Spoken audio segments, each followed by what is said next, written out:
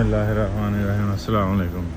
ਇਹ ਵੇਖੋ ਗੱਡੀਆਂ ਦੀ ਨਾ ਐਡੀ ਲੰਮੀ ਲਾਈਨ ਲੱਗੀ ਏ ਕਿਉਂਕਿ ਅੱਗੇ ਇਸ਼ਾਰਾ ਬੰਦ ਹੈ ਨਾ, ਲੇਕਿਨ ਕੋਈ ਗੱਡੀ ਆਪਣੀ ਲਾਈਨ ਚੋਂ ਨਿਕਲ ਕੇ ਪਰਲੀ ਲਾਈਨ 'ਚ ਜਾ ਕੇ ਪਰਲੀ ਲਾਈਨ ਨੂੰ ਬਰਾਕ ਨਹੀਂ ਕਰ ਰਹੀ। ਪਰਲੀ ਲਾਈਨ ਖਾਲੀ ਹੈ, ਉਧਰ ਕੋਈ ਗੱਡੀ ਨਹੀਂ ਹੈ, ਕੋਈ ਬੰਦਾ ਵੀ ਉਧਰ ਜਾ ਸਕਦਾ। ਹੁਣ ਉਧਰੋਂ ਗੱਡੀਆਂ ਆ ਰਹੀਆਂ ਨੇ, ਵੇਖੋ ਪਰਲੀ ਲਾਈਨ ਤੋਂ ਉਹ ਹਾਲਮ ਖਾਲੀ ਹੈ।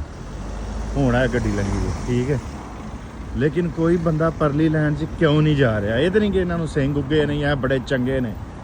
ਇਹਨਾਂ ਨੂੰ ਨਾ ਹਜ਼ਾਰ ਸਵਾਲ ਪੜ੍ਹਾਏ ਗਏ ਸਨ ਕਿ ਭਾਈ ਆਪਣੀ ਲਾਈਨ ਨਹੀਂ ਛੱਡਣੀ, ਕੁਛ ਵੀ ਹੋਈਏ, ਤੇ ਇਹ ਲਾਈਨ ਨਹੀਂ ਛੱਡਦੇ। ਇਹਨਾਂ ਨੂੰ ਪੜ੍ਹਾਇਆ ਗਿਆ। ਪਾਕਿਸਤਾਨ 'ਚ ਕਿਸੇ ਨਹੀਂ ਪੜ੍ਹਾਇਆ ਗਿਆ।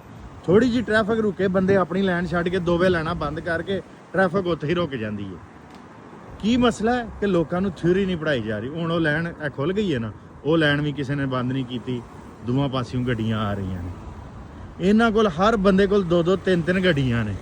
ਪਾਕਿਸਤਾਨ ਕੋਲ ਕਿਸੇ ਕੋਲ ਗੱਡੀ ਹੈ, ਕੋਈ ਚੰਦ ਘਰਾਣੇ ਨੇ ਜਿਨ੍ਹਾਂ ਕੋਲ ਗੱਡੀ ਹੈ, ਲੇਕਿਨ ਪਾਕਿਸਤਾਨ 'ਚ ਟ੍ਰੈਫਿਕ ਰੁਕੀ ਰਹਿੰਦੀ ਹੈ, ਇੱਥੇ ਨਹੀਂ ਰੁਕਦੀ ਟ੍ਰੈਫਿਕ। ਹੁਣ ਫੇਰ ਲੈਣ ਲੱਗ ਗਈ, ਉਹ ਇਸ਼ਾਰਾ ਬੰਦ ਹੈ, ਕੋਈ ਬੰਦਾ ਲੰਘਣਾ ਸੀ, ਲੇਕਿਨ ਕੋਈ ਗੱਡੀ ਇੰਜ ਨਹੀਂ ਜਾ ਰਹੀ ਕਿ ਭਾਈ ਟੀ ਮਾਰਨ ਡਿਆ, ਕੋਈ ਇੱਧਰੋਂ ਉੱਧਰੋਂ ਜਾ ਰਿਹਾ। ਤੇ ਪਾਕਿਸਤਾਨ 'ਚ ਟ੍ਰੈਫਿਕ ਕਾਨੂੰਨ ਸਹਾਓਗੇ ਤੇ ਪਾਕਿਸਤਾਨ ਦੇ ਲੋਕ ਵੀ ਇੰਜ ਹੀ ਕਰਨਗੇ, ਲੇਕਿਨ ਜੇ ਨਹੀਂ ਸਹਾਓਗੇ ਤੇ ਫਿਰ ਉਹ ਟ੍ਰੈਫਿਕ ਰੁਕੀ ਰਹੇਗੀ। ਤੇ ਟ੍ਰੈਫਿਕ ਰੁਕਣ ਦੇ ਨਾਲ ਜਿਹੜਾ ਨਾ ਲੋਕਾਂ ਦਾ ਵਕਤ ਜ਼ਾਇਆ ਹੁੰਦਾ, ਮੁਲਕ ਪਿੱਛੇ ਜਾਂਦਾ। ਤੇ ਲਿਹਾਜ਼ਾ ਟ੍ਰੈਫਿਕ ਦੇ ਕਾਨੂੰਨ ਜਿਹੜੀ ਹੈ ਨਾ, ਉਹ ਐਪ ਹੈ, ਉਹ ਤਰਜਮਾ ਕਰਕੇ ਜਿਹੜੀ ਇੱਥੇ ਸਾਨੂੰ ਬਰਤਾਨੀਆ 'ਚ ਪੜ੍ਹਾਈ ਜਾਂਦੀ ਹੈ, ਉਹੀ ਤਰਜਮਾ ਕਰਕੇ ਪਾਕਿਸਤਾਨੀਆਂ ਨੂੰ ਪੜ੍ਹਾ ਦਿਓ ਤਾਂ ਕਿ ਸਾਡੇ ਟ੍ਰੈਫਿਕ ਦੇ ਮਸਾਇਲ ਹੱਲ ਹੋਣ, ਨਾਲੇ ਐਕਸੀਡੈਂਟ ਮੁੱਕਣ।